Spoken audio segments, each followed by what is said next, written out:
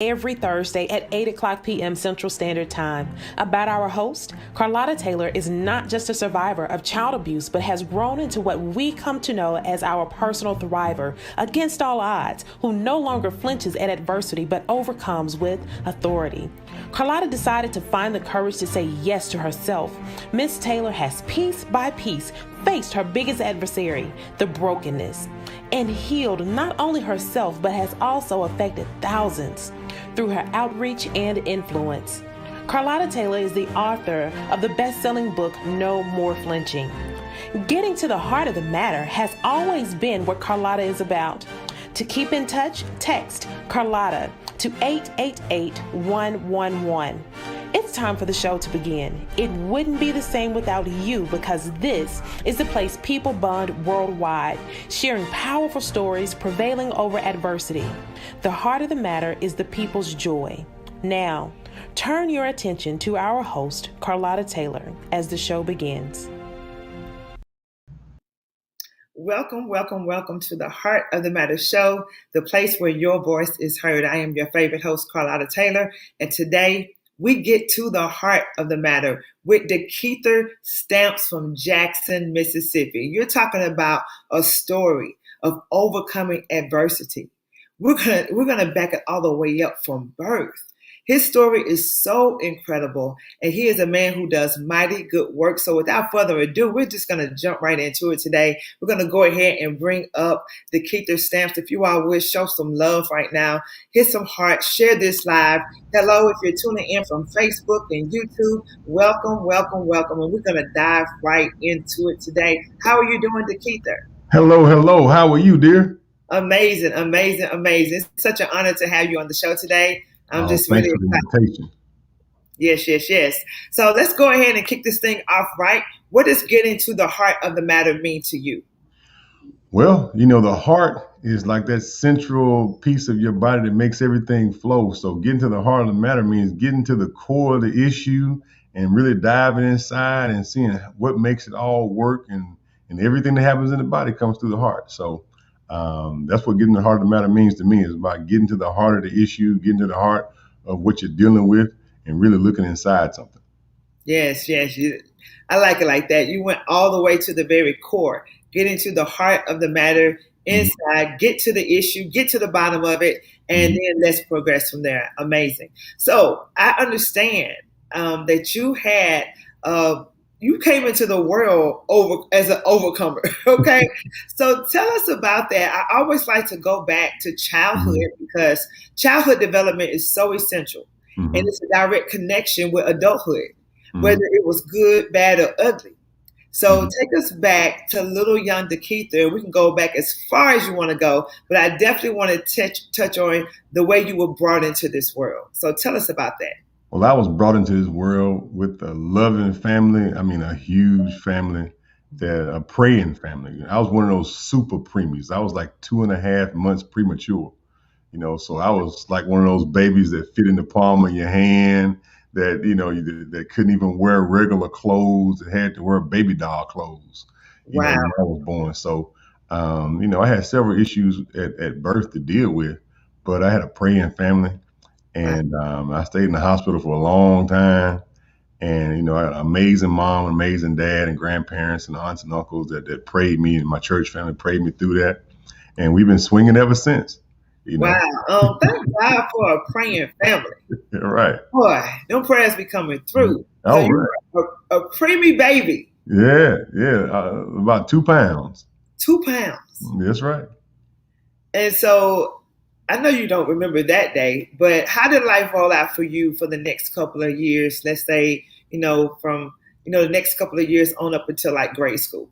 So I was kind of like that Forrest Gump kid. I had the braces on my feet with both my feet were inverted. They were pointed the other way. So I had to wear these braces, and I had bronchitis for the first 2 years.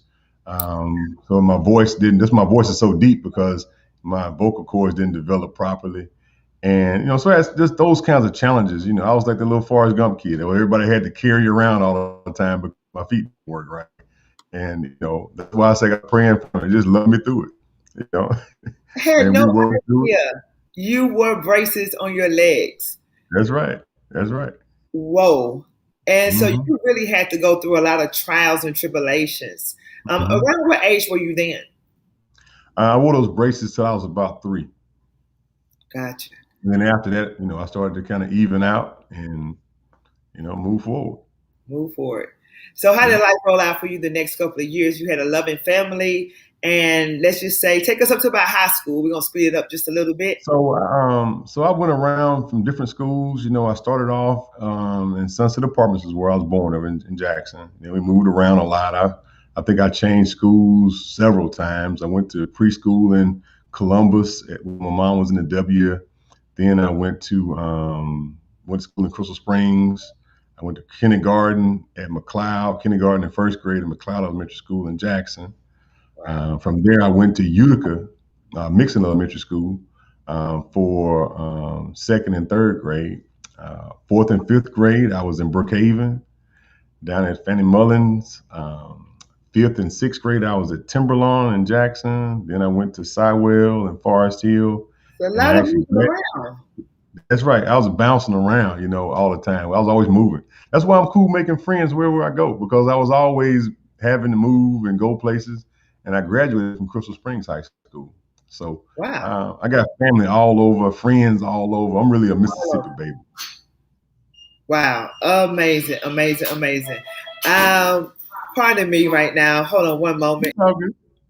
And then from there, we really had a good time because I knew what I wanted to do early on. I really knew what I wanted to do early on. I wanted to join the Marine Corps. My family wanted me to go to college, but I had some other things in my mind, and they really allowed me to make my own decisions at an early age, and I stuck to them, and that's how I joined the military, and it was off to the races from there. So what made you join the military? I was in the 8th grade, and I was in ROTC, and the president came to town to Jackson, and we all stood there, and I saw the Marines all around with little earpieces in their ears, and I was like, man, I want to do that. So I started going down that road, to do Right. that, and I joined the Marine Corps and done my research to figure out what jobs required to do that, and I stepped out on faith. And in 1995, I was blessed to be assigned to that same unit. And I rode around on Marine One. When you see the president come off the helicopter and you see the Marine standing there, that was my first job when I was in the Marine Corps. So it was a really different experience leaving rural Mississippi, and going to DC and flying all over the world. So I really had a dream come through for me, all by the grace of God. Wow. Everything in my life has all been by the grace of God. Wow. And, So you were and very hardcore, born as a preemie, but wound up being yeah. super hardcore. Shout out to you for joining the Marines. That's some pretty tough stuff right there. And Mhm. just to know that you bounced around everywhere, but you made light of the situation. You say you have Mhm. friends and family everywhere. That's amazing. So how did your Mhm. military career pan out? So from there, I did that for several years, and decided I wanted to stay in the Marine Corps. I wound up going to work at embassies overseas. So I lived in Dar es Salaam, Tanzania, Nairobi, Kenya, Geneva, and London for a couple years each, and really enjoyed that because it wasn't just a visit. I was able to live there and actually, develop friendships that's still lasting to the day from folks all over. So I've traveled all over, been to about 18 countries overseas. I lived in several of them for an extended period of time. And I got out. I was tired, really. I got out of the Marine Corps in 2002, and Iraq started in 2003, and all my friends were going to Iraq. So I was back here in Mississippi, just kind of trying to find my way.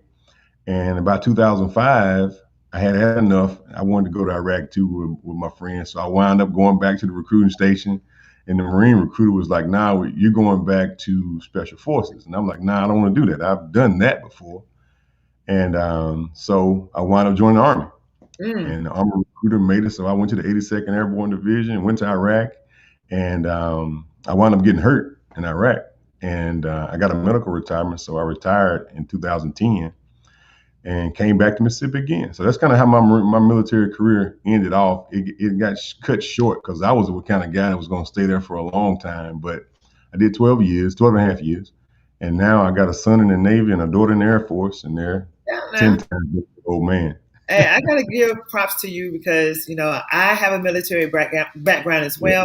well. Where did you go to? I'm just asking now for my own Mhm. personal. Where Right. did you go to? What unit were you a part of with the Army? I was in the 82nd Airborne Division. Hardcore. Oh yeah, you gotta go. If you're gonna go, you gotta go hard now. Yeah, that's hardcore right there. I was at Fort Leonard Wood, Missouri when I did basic. So, man, thank you Yeah. for your service. We're already like building this stage and platform. For those of you who are tuning in, we are getting to the heart of the matter with the awesome, amazing DeKeither Stamps. You want to stay tuned for his incredible story because right now we're just rolling it out, but it is going to get very interesting really, really soon because, whoo, you talk about overcomer. Wow. Yeah. So, now, I understand you got married at a young age. Hmm. Was this before or after the military? Before, actually, I got married when I was 19. I fresh joined the military. I married my high school sweetheart, but service has a price. Yeah. And when you're young and trying to build a family, as military service. I spent what out of the 12 years I was in the military, I think I was deployed or away from my family for about 8.5 of those years. Wow. So it does take its toll. I wound up going through a divorce and bad relationships and trying to piece together the relationship with my children. But we're still here, and we're still swinging, So I've gone through the ups and downs, the smiles and frowns, the tears and fears, and all of it. So All of it. I even at one point when I retired, I was a single dad for a little while. So Wow. grace and mercy. I've had more grace and mercy than I deserve, and God's been good to me. Well, that's so amazing. So now we're going to Mhm. get to the heart of the matter with some Okay. adversity that you have overcame in life. Because you Mhm. stay here today, a powerful man in the community in your area, and you do a lot, but you had to overcome a lot of battles, and one of them was Mhm. with your health. Mhm. Talk to us about that. I tell all brothers, take care of yourself. Women got aerobics class they go to, support groups. They're always on these different kinds of diets, looking at their figure and their weight. Brothers, if you're listening, sisters, have your brothers and fathers take care of themselves. They may not have the grace and mercy that I've had. I've had 4 heart attacks over the course of my life. Wow. And it gets real when you laying naked on that table and you're surrounded by people and you don't know if this is your last breath or not. So, stress is a monster. It wasn't like I was in the military when I had a heart attack the first time, and I was in shape, eating right, Whoa. buff, 9% body fat. I was that guy. You know, Wow. I wasn't smoking and all that kind of negative kind of stuff. I was the stress will hurt you bad. So I would tell folks out there, manage yourself, maintain yourself, take care of your stress levels. Um, and brothers just got to, and sisters too, not to negate stress on everybody, but a lot of times, brother, we wait to go to the doctor and we don't do things appropriately. So I would definitely tell all brothers, take care of yourself, know your numbers, your cholesterol and all that, and just take care of yourself because it's too many of us leaving. It's more of us leaving because of health issues than murder. Wow. So I would just say everybody take care of yourself because God been good to me. I don't nearly deserve the grace that I've gotten over my life. But I just pray that all brothers take care of yourself because these heart issues are real and it's something you got to pay attention to. Wow. And it doesn't it comes quick. You don't even know it's happening until it's on you. So I would tell all brothers take care of yourself, know your numbers, and really pay attention to your stress levels because it's not just about being in shape. You can be in shape all you want to, Wow. but stress will kill you. I think that's some really valuable information right there. The fact that you're open about talking about having had 4 heart attacks, Hmm. that is a lot. I'm just grateful you're still here today to be able to tell this story and also to be able to help others say, hey, listen, take care of yourself. And to mention that stress kills. Right. It really affects you. I know a lot about Mhm. that. So now we had a talk prior to the show beginning, and you said something very, very interesting about, you're only competing with yourself, the person you are today in life. And there's an issue going on with others around. You want to expound on that? Let me take my glass off here. It's going to get real now. So, I had a up and down childhood. When you're always moving around, you're always trying to fit in and trying to see if you measure up and trying to just find your space and place in life. And for years, I went through those kinds of issues, not knowing if I was good enough. I'm always trying to fit in and those kinds of things. But it wasn't until I almost died several times from war, from heart issues, from health issues, till I realized that, you know what? I'm just going to focus on being the best me. I'm not going to worry about, trying to fit in with everybody. God made me a special way for a reason.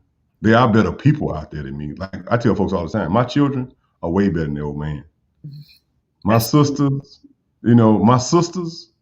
my wife, they're way better people than I am, So I just need to focus on just being the best version of me.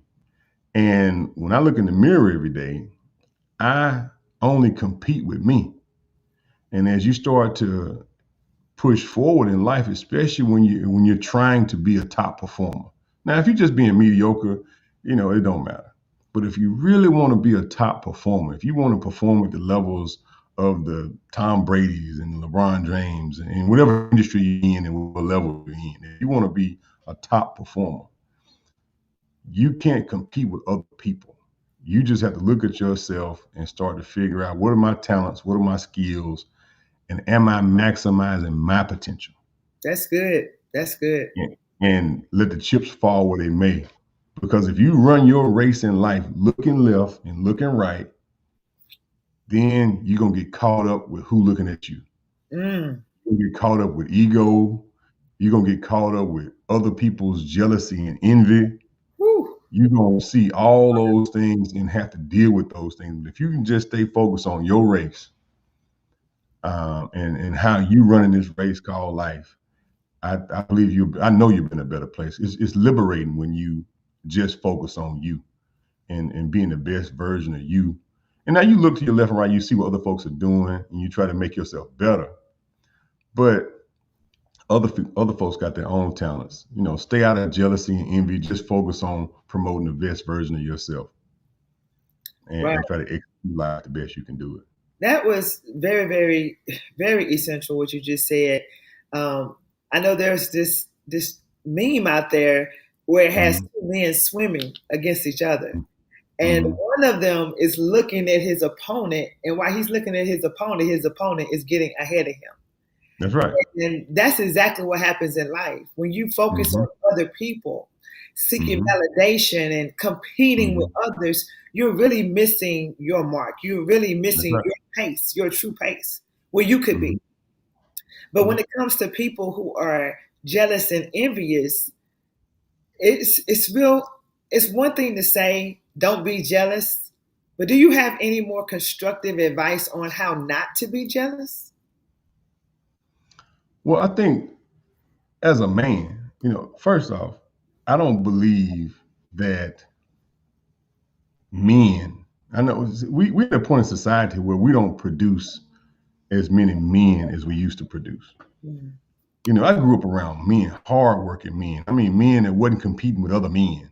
They were just doing their own thing. I'm talking about woodcutters and farmers. And, I grew up on a farm, working, so you didn't have men out here competing with other men. They were just being men. But today's society, you got a lot of emotional men who were maybe raised in different environments and situations. And, so for me, I don't mesh well in present day society because I just don't mesh well in a lot of those circles.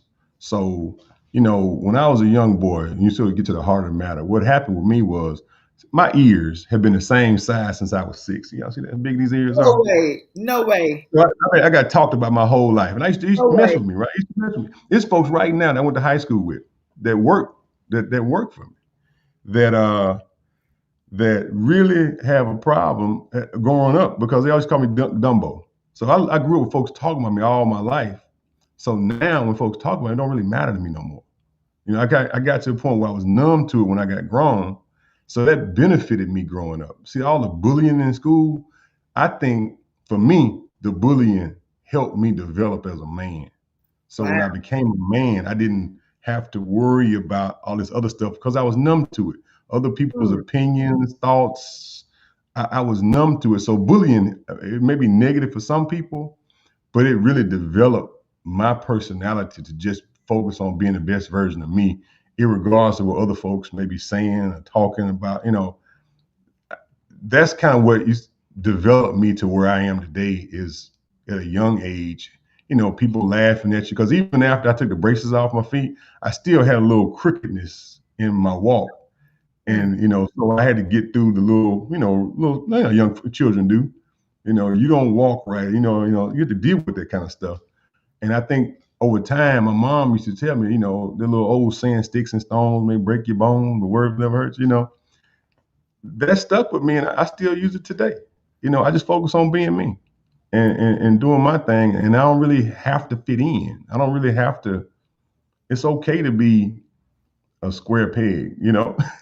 It's okay to not fit in, because once you get to the point with God, and it took death to get me to this point.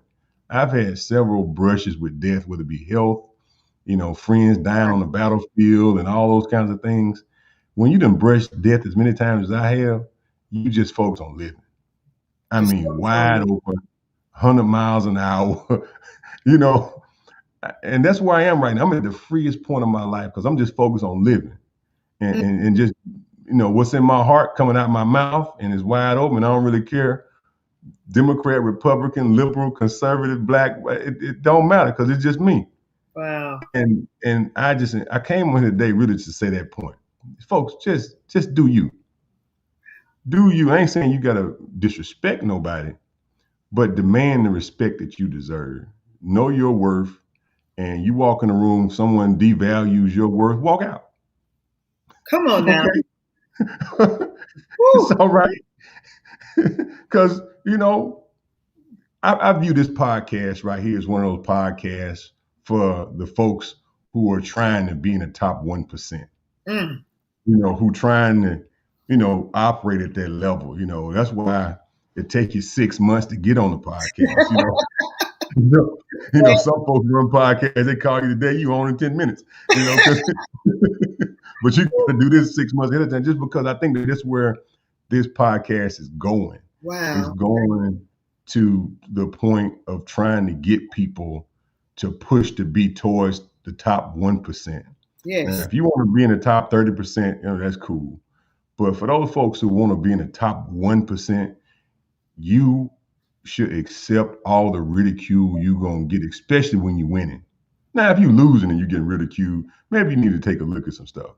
But Mm. if you win and you're getting ridiculed, that's where you need to take it with a grain of salt and just keep winning. Wow. Be the best version of you, no matter who cares. That was so profound what you just said, the way you broke it down. Your story is reminding me of something I just read in the book in my mastermind group. It's called, we're reading right now, Developing the Leaders Around You. And Mm-hmm. it gave a scenario about how there was these people and they were in this elevator. And this one guy was just happy. He's just whistling away, and it's a Mm-hmm. full elevator. And people are like, would you just be quiet? Like, why are you whistling? And he said, I've Right. never lived this day before. Right. Come on now. Right. And, wow. Just Hey, do Carlotta, you. Miss Taylor, I'm telling you, when you done laid on that table naked, that cold stainless steel table, Mm. and it's something going on in your body, you about to die. Woo. When you get off that table, you say, damn it, I'm gonna live. I don't care who care. I don't care who like it. I don't care who hate it. I'm gonna live. And I'm gonna see, my goal, Miss Taylor, is to live my life open, honest, and complete. Just open. because some people hide their scars. See, Ooh, I'm wide open with my scars. Even my children know. I come, show you my scars because that's what Jesus did, come on, DeKeither. right? That's that real strength, because it takes real strength to say, here my scars, here I am. And that's my journey, Miss Taylor. As I just try to live my life open, honest, and complete. Oh yeah, my And, mama and, on here. and, She and said, then keep pushing. my mother said, "What an amazing testimony." I love it when my mom plugs in. Hello, mom. How you doing? Hey, Um, Mom. wow, wow. My takeaway from this right here moment in your story is, listen, don't wait until something happens to you.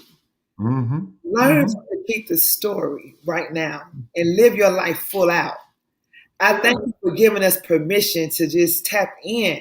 DeKeither, this Yeah. is amazing. Somebody needs to hear this. Listen, if you're tuning in, we are getting to the heart of the matter with DeKeither Stamps from Jackson, Mississippi. You want to share this because everyone needs to hear this story. You never know whose life you can change. Mm-hmm.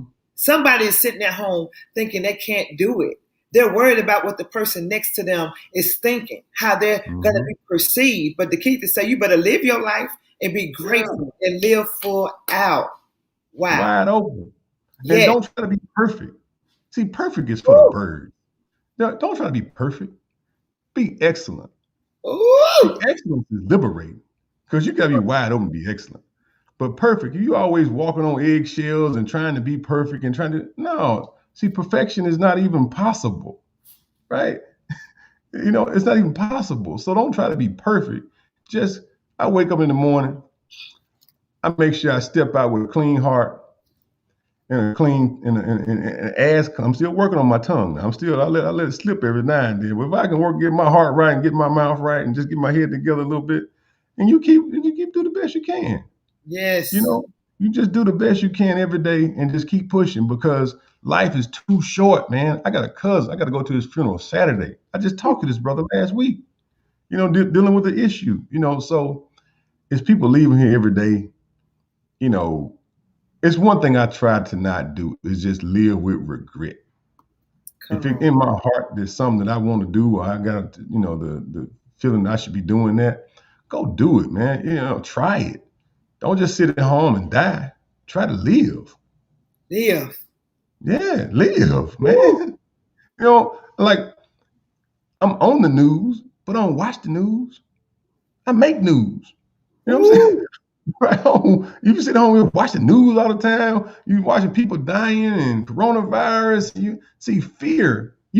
Once you get free of fear, Talking my language now. right? Once you get free of fear, your whole life can be just open and liberating. But fear will close you down and have you scared to even open the window. I mean, it will.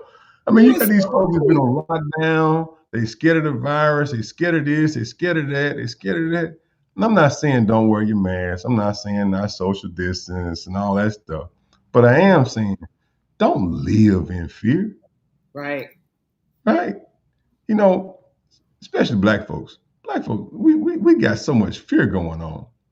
You know, white folks get the Bible, same Bible we got. They pick the Bible up and feel like Thor, Don't Superman. make me holler on here now, right? We picked the Bible up and said, the meek shall inherit the earth. White folk picked the Bible up and said, dominion. Right? See, I'm finna fall out right now. I'm just saying, we got to start living, black folks. We got all folks, period. But, the bulk of your audience is black folks, so we got to start living. Mm. Uh, All Yeah. people. This past year has been a really trying year on a lot of Yes. people.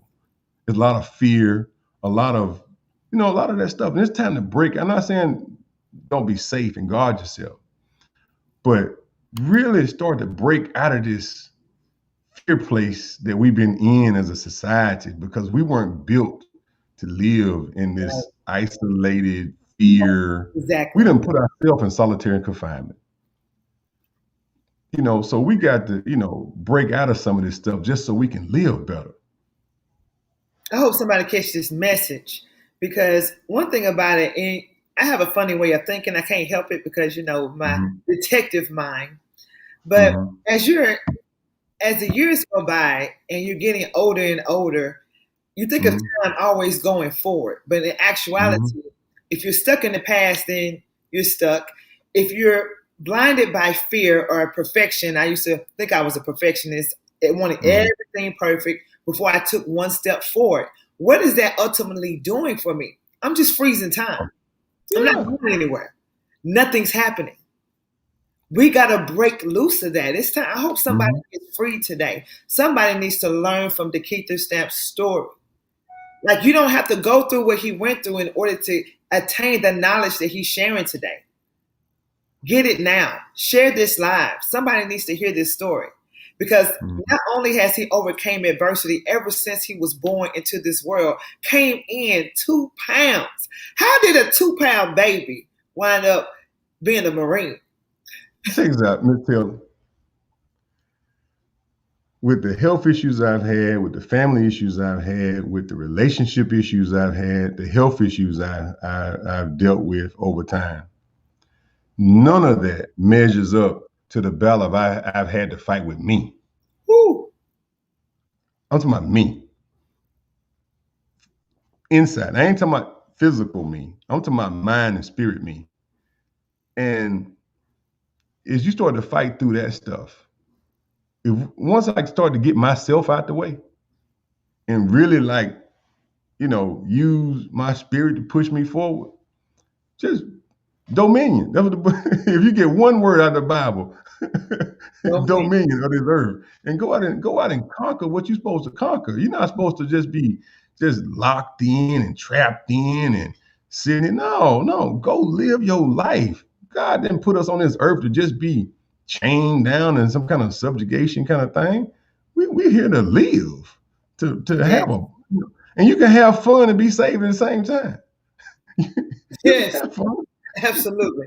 I love it. Natasha King said, absolutely. I'm with you right there. So let's talk about what you do now, because Yeah. not only have you done all of those things, overcame all sorts of adversity, divorce, being a preemie, military, surviving health issues, but now today you live your life full out, but you also do a lot of giving back.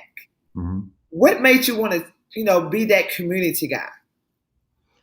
So it go back several generations. My great grandfather and my great grandfather were known for building churches and schools all throughout Copiah County. My great grandfather on the other side, my father's side, was always giving. My grandparents and my parents are always giving. My mom is the most community service person I know. And Wow. my dad, a whole bunch of people always coming to him asking for help, and he always try to help the best he can. Right. So for me, it's just been in to just try to do and give, because that's where my blessings come from. My Mm. blessings, pretty much about 80% of them come from the when it come back around. Only about 20% of my stuff I've achieved in life is what I done to try to move it down the road. All this other stuff happens because somebody think about me. They call me up and say, "Hey, I got this opportunity for you. Hey, will you think about doing this?" It's the boomerang effect, Woo. So you got to give to even achieve, but then you know it's freeing. God bless folks who give, like a chill forgiver. I mean, Yeah. so you just got to give. Give, not, and that's just not money. Like some folks think that I tithe and that's enough. Nope. God ain't your light bill. You just don't write him a check and be done with God. Where the church saying that? Woo. you got to be a giving kind of person. So Yes. because I think it's some tithers out there who just really Scrooges. You know what I'm saying? So Yes. they just write a check like it's their mortgage. Right. And be done with It it. won't help nobody in real life. Yeah, you gotta help some folks, man. You really gotta help folks out there, because a lot of folks helped me. Wow. When I say a lot of folks helped me, my last election, I was tired. I was busy. I was dealing with life. Man, God and my family and my friends won that election. I ain't Woo. campaigned like that, right? God won that election for me. So now I'm in the House of Representatives representing District 66, and I'm a man on a mission trying to do my thing, trying to do what I'm supposed to here to do. I'm not really trying to fit into some kind of bubble or something like that. Yes. I'm just trying to work with the folks who write. If the Democrats write, I'm gonna work with them. If the Republicans write, I'm gonna work with them. I'm gonna work with them right and move, because I'm not married to this. Like some folks in politics, it becomes part of their identity. Like they don't exist without it. For me, I'm just here serving. No matter if I was in at my church or at the Capitol, it's service. So I don't make my money from politics or government. So I'm not tied to this thing like some folks are. So I'm just at a point where I'm just having fun and trying to help folks out. Wow.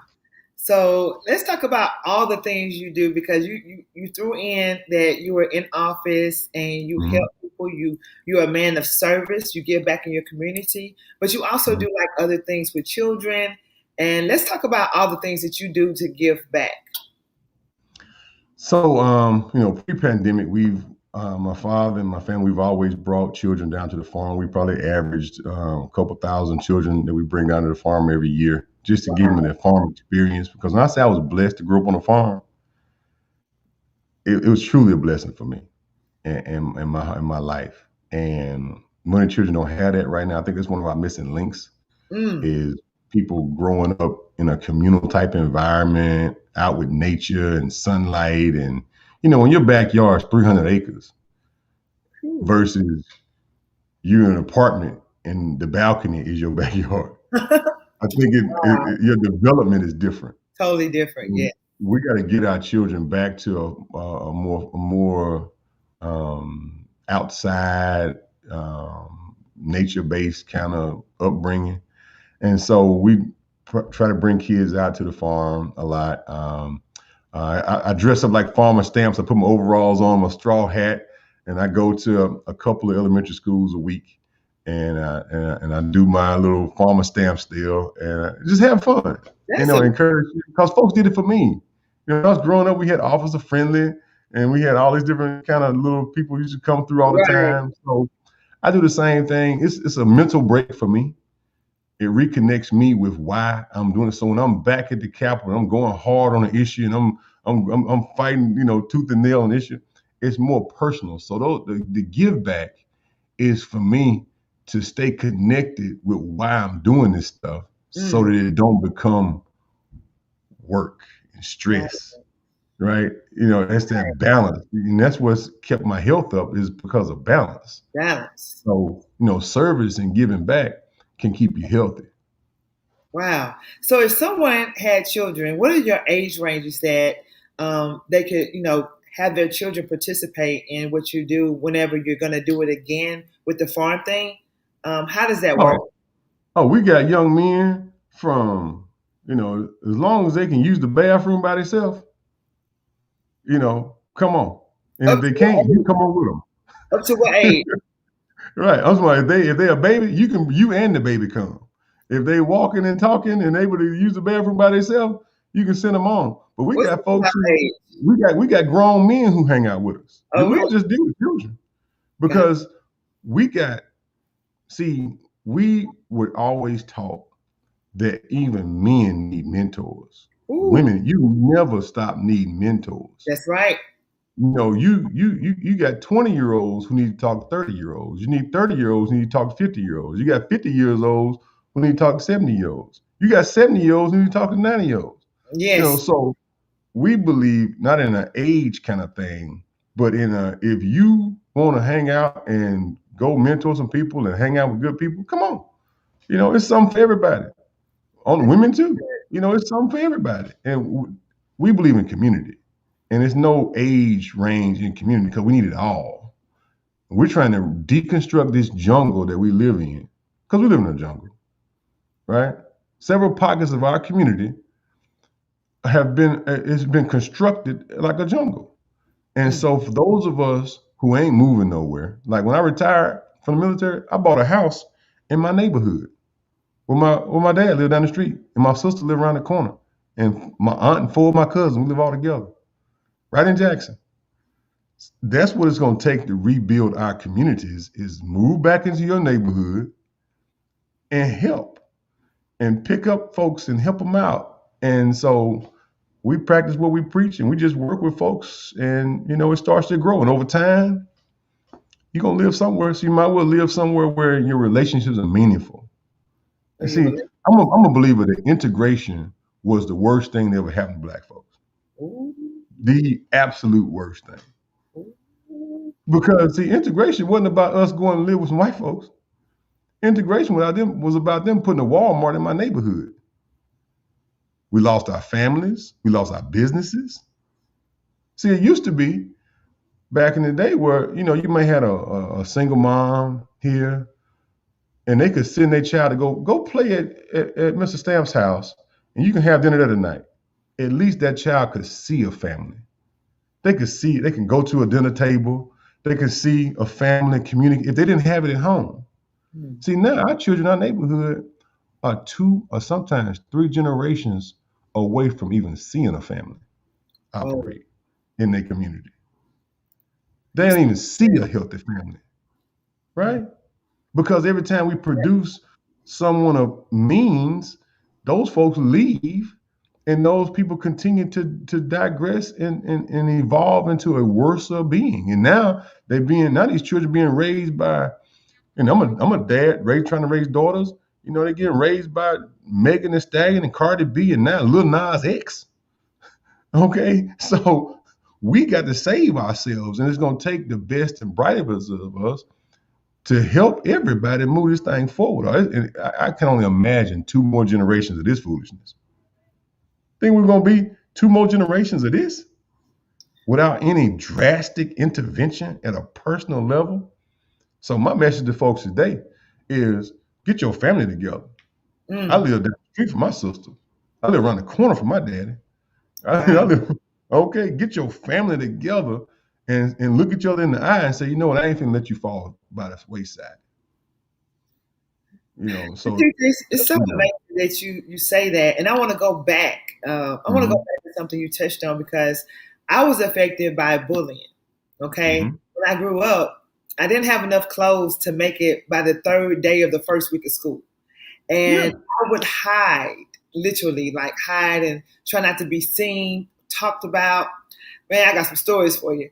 However, one thing I can say is that, some people, unfortunately, these young children are taking their own lives because of being bullied, right? But you have a different perspective, the way you see things. And the way you said, I just thought that was remarkable how you said all of the bullying that you received in your youth, it really just made you stronger and you're grateful for it, per se. While other people, it makes them crumble. And I'm talking about even as an adult, they just are really oppressed by it. But here you are, very, very free and just bold. And here I am. And I just really love your perspective. And hopefully anyone who's dealing with issues, just learn to look at life a little differently. Because it's really not that, nobody's going through anything. Everybody's going through something. It's just that people make a decision to change their perspective, to change the scope of things, to really overcome and move forward with their life. Like you're living your life in full bloom. And I want to say congratulations to you. That's amazing. Ms. Taylor, I think it comes from never going to a daycare center. I think that daycare center lifestyle has thrown us off as a family. When I got off the bus my great grandfather was my daycare center. And I stayed with family members and stuff growing up after school. And then when I was in kindergarten, I got off the bus. I was a latchkey kid. I got off the bus, took the key from around my neck, went in the house, and don't cook anything, make you a peanut butter and jelly sandwich, and do your homework. Specific rule. And don't watch none that you're supposed to be watching. And don't open the door. But we had a village back then, so families could do that. So I said daycare centers is that we've lost spaces for intergenerational dialogue. See, when you got grandparents that speak life into you, that gives you a higher sense of self when you're raised by your grandparents. Woo! Our children are not raised like that no more. Grandparents are a little disconnected sometimes, our great grandparents. So we've got to start getting these generations reconnected and not just putting all the burden on parents. See, parents could be wide open back in the day because they had a village.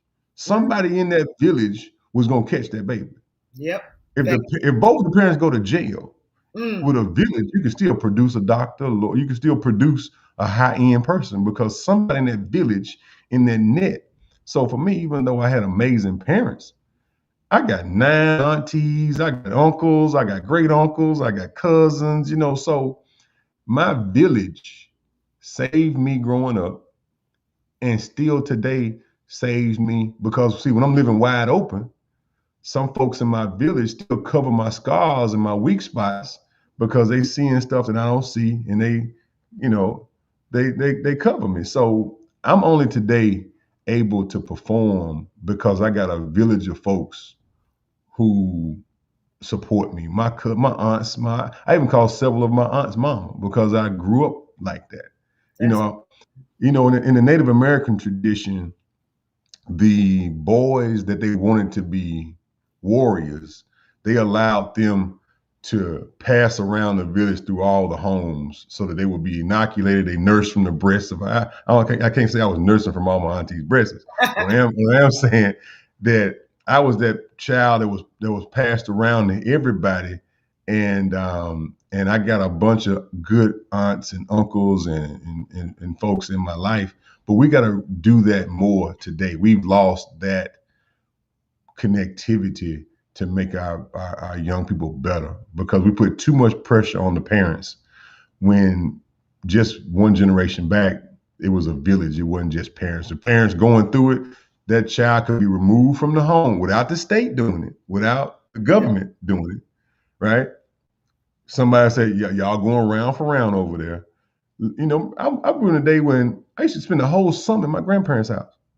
Mm. I wouldn't even see my parents till it's time to go back to school. Okay. Okay. But we got to get back to that mode of operation just so we can take some of this pressure off these parents because these parents they've stretched too thin. Yeah. They're stretched too thin and are expected to perform like their parents did.